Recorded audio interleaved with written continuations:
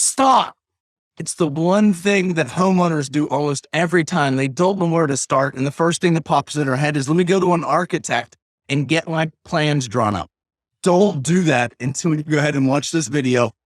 The most important thing that happens, I had a homeowner in Longwood, so we're getting ready to finally start their project after 6 months after they got supposedly completed blueprints from their architect. The architect gave the prints. They came to me for pricing. As soon as I started looking at everything, all the key important things that they said they wanted in the project were not on there. As a homeowner, you don't necessarily know how to read blueprints. I get that. You're not supposed to. That's my job.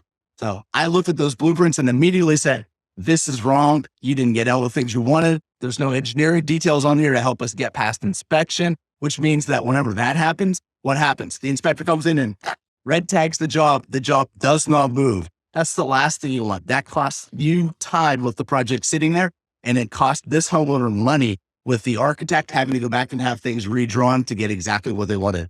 I don't want to see that happen to you. Make sure to click on the link below here and see how I can make this a lot easier, save you money, save you time, and get you the results you want.